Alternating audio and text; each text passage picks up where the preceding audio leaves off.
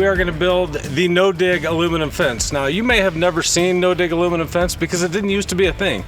That was until iFence brought it online. We're going to show you how to build the entire fence without digging a single hole. A couple things we have to do is we have to build a jig. Now, there are people that make jigs to do these, but you know what? The 2x4 is pretty cheap. So all I've done here on my 2x4 is I've laid out my I-beam, and then I just want a notch in there just so it can kind of fit around the I-beam. So I don't know if you guys have ever heard of one of these things. I don't know what they call these things. We call it a jiggle saw because, well, it jiggles. What we want to do is we want to be able to set this around a post, have it locked in there, and then set another one down there. Yeah, about 71 5/8, 71 3/4, something like that. And so now we know if we use this to space our post, then the panel will fit perfectly without having to trim. Now, the bad thing is this section right here and that section right there are just over 12 feet. So that's kind of a bummer. We're gonna have to trim down 3 panels there. We'll have to trim down another 3 there. Also, as you probably are noticing, we're gonna have to core drill through the concrete to drive our post through the concrete. I'm opting to do that as opposed to plating a post just because I don't want the bolts.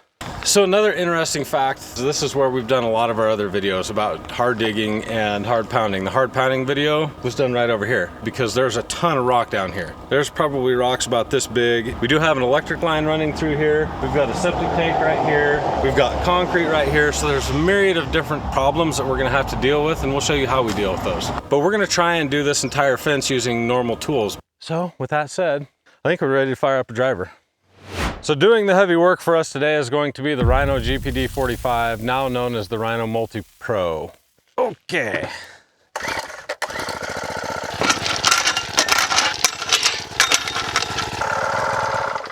Oh, I hate when that happens.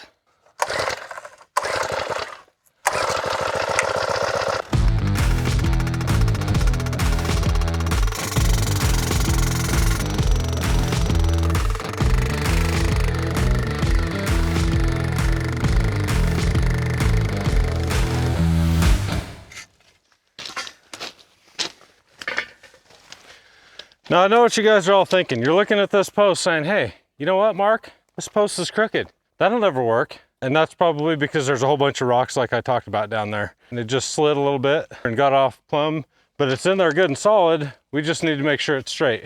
We'll fix that here in a little bit because I think it's important to show you that even when things don't go perfectly, there's a fix for it. So we need 3 sections right here, 51 1/3. I just took all this and divided it by 3.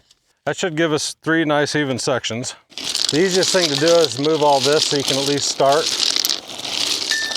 Man, I didn't see this here. I could have been using this. Yeah, this is better. Just kidding, just kidding. We'll just use our hands. The funny story about why these tools are here, other than the fact that I'm lazy and I haven't picked them up, is that we had a Traeger and a grill sitting on the patio right back here. And even with this fence up around here, the wind came up so fierce the other day and it blew all those things clear across the yard, and the grills were sitting way over here. And that Traeger's not a light grill. We have a smidge of wind here. Here we'll get 60, 70 mile an hour gusts. In reality, you can see that our privacy fence here is held up really well. So I think that's a testament to the way we do things here, and the fact that those metal posts that everybody thinks, well, it flops a little bit. Well, it picked up that grill, threw it across my yard, but the fence is still straight and true. So you remember when I said we may run into trouble? We ran into trouble. All these other ones went down, but we've got a great big rock here. So we're gonna try the first thing to deal with that problem the most cost-effective way. So we've got a hammer drill here with a hammer drill bit, and it's not big enough for the post, but hopefully it'll break up the rock enough that we can actually drive through it once we drill this hole. And if you'll remember, they did the same exact system in Scotland, where Rory Sampson taught us how to hammer drill through really terrible rocky ground and be able to drive posts right through it with a handheld pounder. These drivers are available at most rental stores, and then they will have hammer drills to do all this stuff. So just about everything, if you run into problems in your area, will be available locally through a local rental store. Woo! Gotta hang on to that. All right, it's a moment of truth. Is it gonna work? I don't know. We're gonna find out.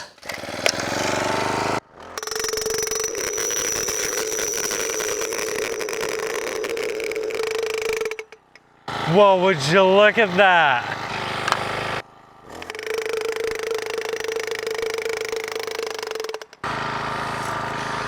Oh, that's really close to our gas line. for our power line. It's really close. Uh-oh.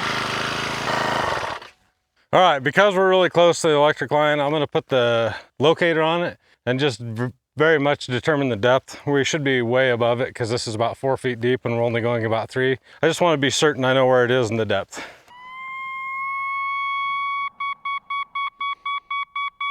Yeah, we're 4 feet right here. Don't try this at home. You have to know where your stuff is. Not to mention, this is my house. But I have a little bit of a rock problem here again. I might just start drilling these before I even try and drive them. On this line, it's so rocky. Oh my gosh. Oh, already stuck. Oh. That's 6 inches of clay for you. And yes, I fully expect that you'll tell me how dangerous this all is in the comment section. I have no idea what I'm doing. In all my years of doing this and hundreds of thousands of holes, I think we've hit main power like one time, and it was only because it wasn't marked. Woo-hoo-hoo.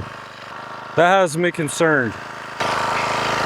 So what I'm having a problem with is this hole here that's not really working out is pushing my panel past its limit. So I would, if I got this post down, which I'm certain I could, because the rock has bumped it out, we'd be that far out and then we wouldn't have the proper insertion. So what I'm gonna do is I'm gonna back up just a little bit, maybe one picket space. And so I've drawn these picket spacings on this board so I know that if I drive my post just this side of it, it'll be the perfect length to cut it right behind the picket and re-notch it, and we can insert it and we'll be good. All right, so this is where our fun begins. I have no idea if this is gonna work, but what I'm gonna try is just hammer drilling a hole. This bit is just slightly smaller than the post. So I'm hoping that what might happen is that it'll just kind of fold the post in a little bit, still have all the strength, but fit it to that hole. So we're gonna try this and see what happens. Because this is easier than setting up the core rig, which we can do if we have to, but I'd rather not.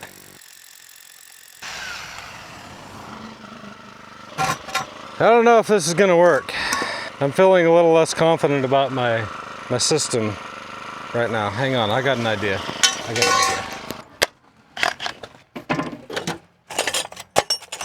Secret weapon. If this works, I'll be very happy.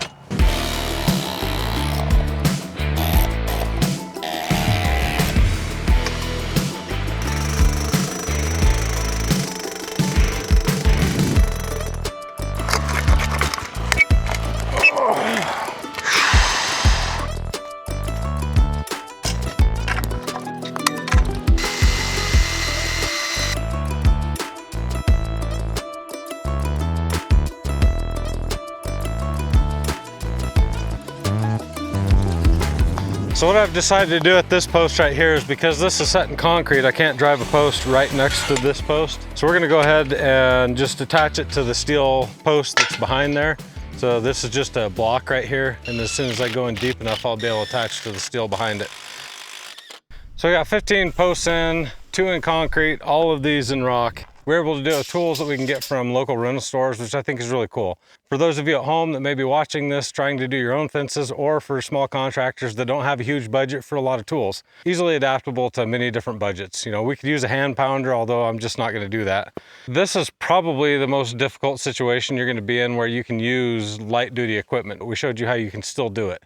If you're doing a fence like this in clay, it's super, super easy. We could have probably had all these posts driven in a matter of 30 minutes. These situations cost us a lot more time, but really, all in all, we've only got about 2 hours into this. And we're about ready to start putting up fence and we'll have this thing done. So that's how fast it goes.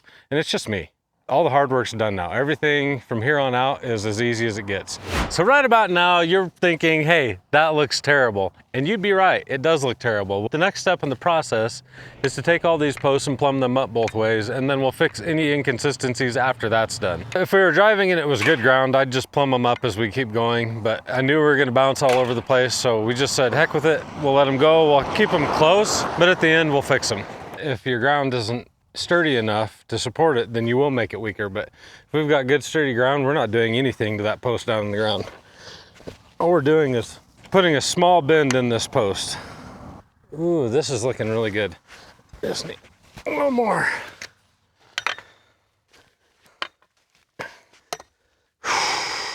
That's it.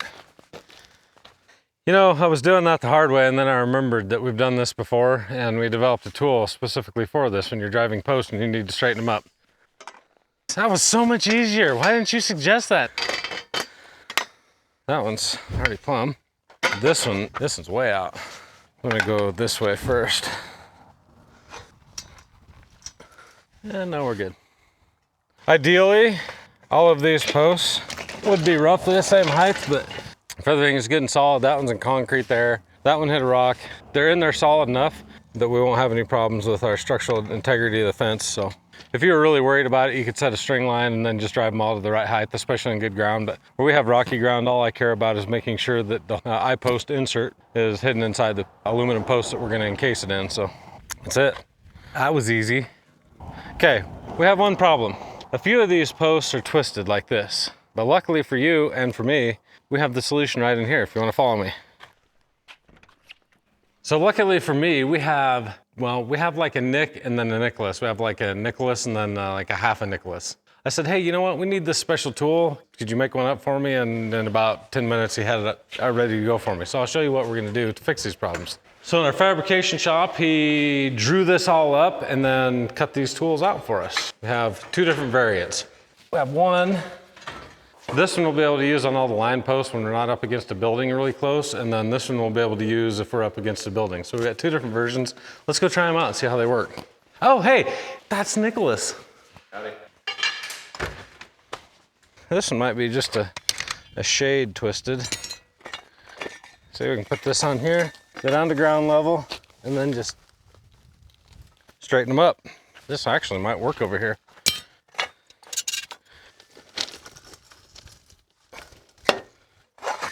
Oh, look, it's not twisted anymore. This is just evidence where there's a problem, there's somebody willing to solve it. Where other people will say, that'll never work, that'll just never work. Use this. Stop running your mouth and saying you can't do it. More of this, less of this. Before we get too carried away, I want to fill in those voids from where we pounded the post through the concrete. The best way to do that is use a hydraulic cement. We sell this on our website, but it's also available in very small quantities through your local hardware stores. It just seals everything out, eliminate any flex right here. I mean, not that it's gonna have any flex, but it makes me feel better. Just makes it feel more finished. Okay, I'm happy with that. If you look at this post, you'll notice that it does not look amazing. Well, when you dry pack aluminum posts and you put the concrete in the hole dry and then you pack it in there, it gets all over absolutely everything. And this is one of the big reasons that I don't like to dry pack, is then we have to go back and we have to wash all this stuff off, and it's always gonna leave streaks. It's never gonna look as good as if we just avoided that altogether. So it's really good that I accidentally blew this off all over my post, because this shows you what concrete dust does to post. Anytime we can avoid concrete dust around really nice black material, I much prefer that. Now, if you want to see every single imperfection in a post, concrete dust works really, really well for that. So once we wash this off with water, that'll go away, but not ideal. We definitely try and keep the concrete dust away from the post. So what we want to do is we want to cut these down. I want about 2 inches above the ground for weed eating and stuff. So the easiest way to cut aluminum is with a skill saw, but it will also throw metal shards everywhere. Eye protection is 100% the key to this safe operation. Now normally we sell all of our fence and it would have all these posts cut down shorter already. So this is a step you wouldn't have to do if you order from us. I'm gonna cut the 2 gate posts very last, and that is only because I wanna make sure that they're cut exactly perfect, since we want them right on top of the concrete. So we're 50 inches, notch to notch, so it's gonna be 50 and a half. We've gotta add 3/4 of an inch on each side. So 1, 2, 4 foot. Again, skill saw to the rescue. This thing is the ticket. So because we cut these off, we have to re-notch these. This is a special tool specifically made for adding that notch back in. The big thing is to make sure that it's always flush. Slide it in from the end like that. And then you make sure it's flush and straight. And then you just nip it off. And then it's also really important to make sure you slide that all the way on. Watch a lot of people not get it all the way on, then your notch isn't right, and you'll never be able to get it right the second time.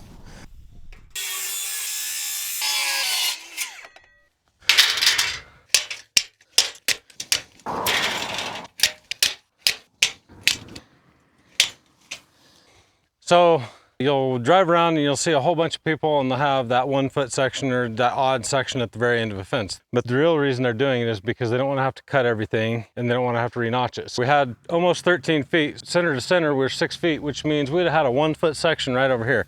Probably about this big right here. And that would have either been right there or right there. But either way, I think it just looks weird and we don't do that. Again, just to give you an illustration, if I only cut one end off, I could have a section that looks like that, where I've got to pick it right up against the post, and then over here I have a normal section. It takes extra time to cut both ends instead of just one end and then re-notch them. That's why you'll see this. And they're like, okay, well, if I got to cut one, I'm only going to cut one end so that I can use the factory end on the other one. I don't consider that to be correct. I would much prefer to see everything balanced out just like we have over here, and we'll show you what that looks like when it goes together.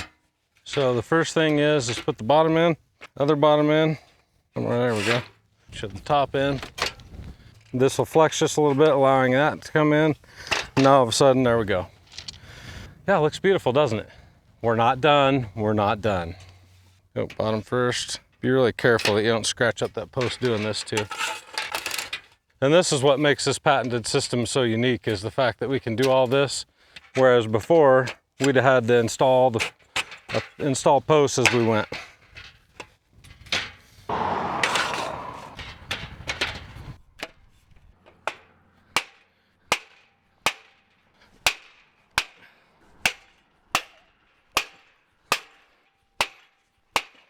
Wish I had my sledge.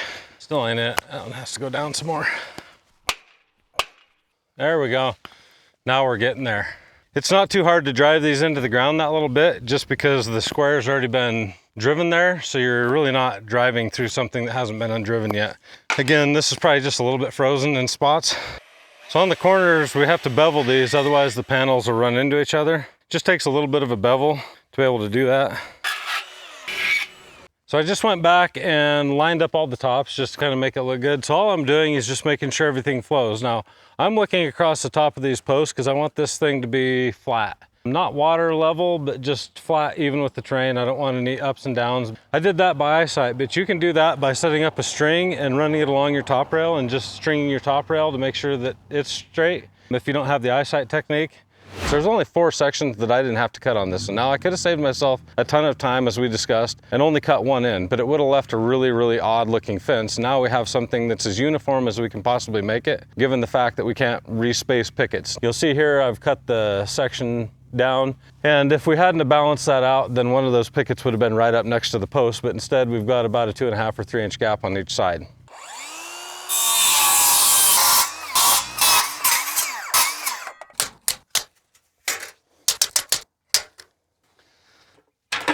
What I did there is rack these panels. Now, something a lot of people don't consider when they're buying aluminum fence is whether or not they have any grades. If we have any grades, we can rack these panels that much so that we can go down a grade like that and still be fine. We order all of our panels double punched, which gives us more flexibility, so I can rack them both ways. If they're single punched, you'll barely be able to get down a slope. Know that when you're ordering your aluminum fence. If you've got any slope at all, you're gonna want a double punch system, and all of our fence at SWI is double punched. Now, if you're interested in this system, you can buy the entire project from SWI. To do so, all you have to do is email and give us a drawing or perhaps your site survey with your notes and exactly the dimensions in each line where the gates are. Because believe it or not, where this gate is placed could change how many panels I need. But if we put all that information in an email, we'd be more than happy to get you a price on your entire system, including the eye posts, so that you can drive everything. 48 1/4, and we add 1.5 inches for each notch, so that's 49 3/4. Ooh, that's gonna work out really nice.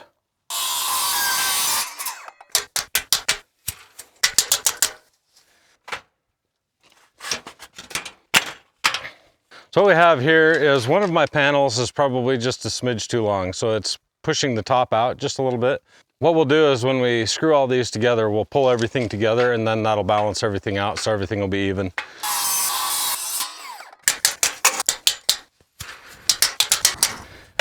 This is a corner, so we'll have to bevel those.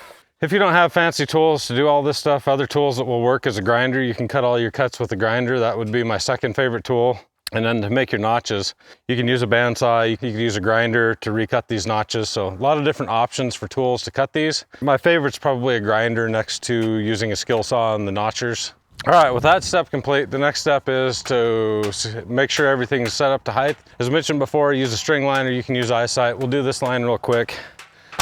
Typically what I like to do when I have all my screws here is screw the top rail, pull everything together, and then get my height. That's another reason that I like to have the stiffener down below the rails. If I put that screw in here and the screw runs into this top rail, then I can't tap it down. So I like to screw all my top rails in, then knock it down, and then screw the rest of the screws in the post, and that'll lock everything into height. But right now, unfortunately, my screws haven't arrived. And then the last step is to make sure it's all in line. Again, if you're a string person, you can use a string. I'm just gonna use eyesight, and what I'm gonna basically do, if you look down this, you can see there's a couple that, well, we're almost perfectly plumb. We're just ever so slightly out of line. So what we're gonna do is what they call tipping the tops. We'll just tip them in and out until we get everything all nice and straight and perfect. These people that think this fence is weak, when you put those I-beams in there, it's very, very stout. It's all I can do to get these posts to move enough to get them in line.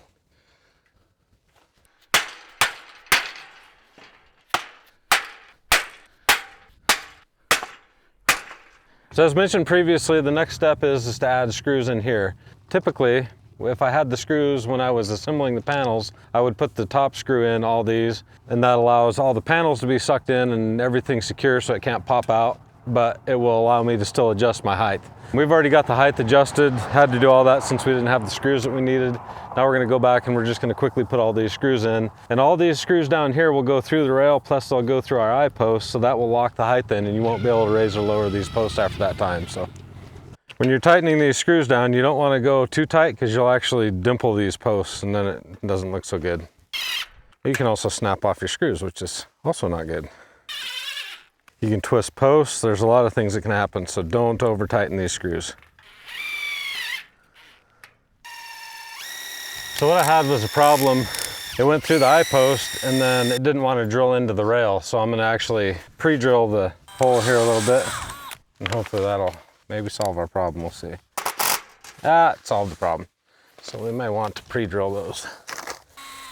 If we ever need to fix a panel, it's super easy for us to go back and repair panels because we have these, because we can just unbolt everything. We don't even need to repair the posts. We could replace a whole panel and not even have to dig anything up.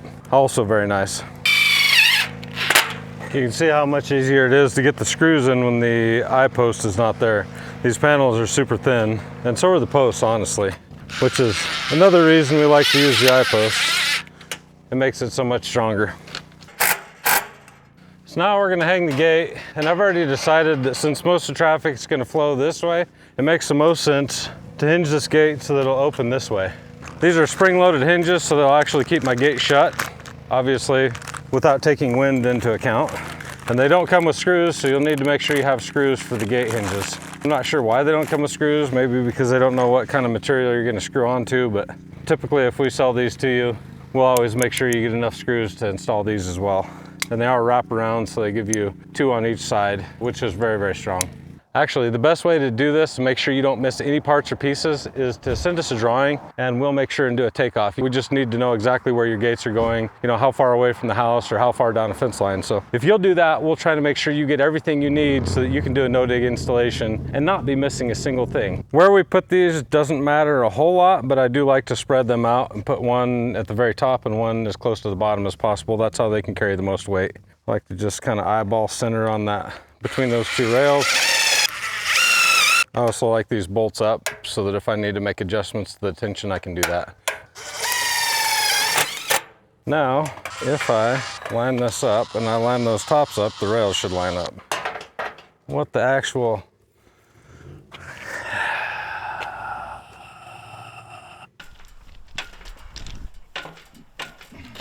So what we had happen here, because these posts weren't plumbed, I screwed everything together, and these two posts right here were actually leaning quite a bit that way, which was not allowing the gate to line up properly. Now we have a proper gap. That's because all I did was take these two posts, only because there's two posts, so we don't have a long line, otherwise it would probably self-correct. For whatever reason, it was leaning this way. All we had to do is push this over and replumb that post up, and now we have the gap that we should have had. So I was nervous that I mismeasured. That turned out not to be the case. It was just out of plumb. That's always nice. I was really worried. We do have another problem though that we'll fix here in a second. Before we put the latch on. All right. Now we have a perfectly functioning gate with one exception. It kind of looks like crap there because the rails don't line up, but I'll show you how we fix that right now. So all we're gonna use is this ratchet strap. But keep in mind, because we're putting all that pressure on one side of the gate, it's gonna have a tendency to twist this gate if we didn't have a ratchet strap on both sides. Depending on how much pressure we have to put on this to get it to line up, it may wanna twist this gate, in which case we'll have to correct that. And we could actually go on the other side and put another ratchet strap on the other side that would help prevent that from happening. This is not the best ratchet strap. See how it's twisting that? Because we've got so much pressure on this thing to bring it up to where we want it, we can actually just take that gate and twist it right back. And chances are that's gonna come out as soon as we let this off, let the pressure off. We're close, but we still have about a ½ inch to go yet. We'll keep going. You do have to be very careful, because if you try and get too much rack out of these, you'll actually break these welds, and you can actually put a bow in this gate. 2-rail gates, you're gonna have a lot more play in than a 3-rail gate, because this 3rd rail adds quite a bit of strength and resistance to it. Man, I don't think I could have got a worse ratchet strap if I got it from Harbor Freight. This thing's terrible. I don't know if this ratchet strap's gonna get it done for us. Nope, okay, we'll show you the other way of doing this. So this is what we call a boundary strainer. And this basically serves any purpose that a come-along would service, only without the frayed cable and the take-up spool and all that stuff. So they're pretty dang handy. We use them for lots of stuff. And this'll like really put some serious bend on this thing. Yeah, we're a little high now. It's easy to fix. Really easy to bring it back down if you go too high. That's how you do it. Now we have a gate that perfectly lines up. We want this gate to shut really good, so I'm gonna add a little bit more resistance to these springs. Now we got it closing good. 2 different caps. So this is what that looks like, and that's the bottom cover. And that's the top cover. Bada bang. This is a pool latch. Obviously we don't have a pool, but if you want to keep kids from activating your gate, this also works really well for that. This is the bottom one, this is actually the top one. We aren't going for pool code, so I think I'm just gonna set the top one right here at the top. Gentle on the ugga-duggas. Very gentle on the ugga-duggas. No ugga-duggas on these. The gate posts are actually heavier than the line posts. Then once we get the latch to the correct height, we just put one screw right in here. There's a special screw that goes right there, and then that locks it so it can't go up and down. No ugga-duggas. I'm gonna shoot for the screw being right in the center of that slot, so I have a little bit of movement later on up and down. And then if everything's good, bam, I like it. Man, that looks really good. I can only think of one thing we need to do yet, and that is, so for installing the caps, this is what I like to use. It's not gonna mark it up. It won't dent it as long as you're gentle. Probably doesn't need to be quite as big, but just make sure they're seated good.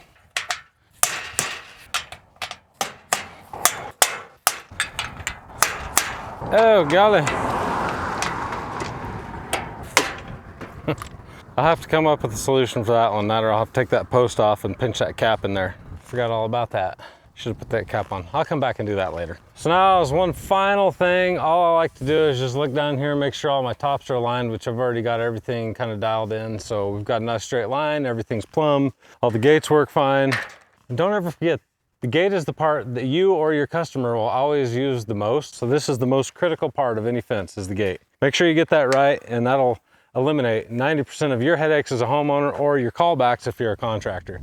A lot of this is dust. I'll come back and touch up paint this stuff We would not do this if this is somebody else's house, but this is my house. I'm gonna live with it. I always get the reject stuff anyhow, so we'll clean up this stuff, but a lot of that dust is making it look worse than it actually is. And as you can see, we have all the rocks. There's not dirt in my rocks, there's not dirt in my yard, and this fence looks like it was here the entire time. And that's the part that I enjoy the most. Not only are we installing a better product, a stronger product, but we're leaving the homeowner, or in this case, myself, less mess. And I always love that. We'll ship this kit right to you. If you're interested in no-dig vinyl fences, check out this video over here. And if you'd like to learn more about how deep you need to go and to set these posts correctly, check out this video right up here. As always, I'm Mark with SWI back in Wyoming, and I hope you have a good dang day.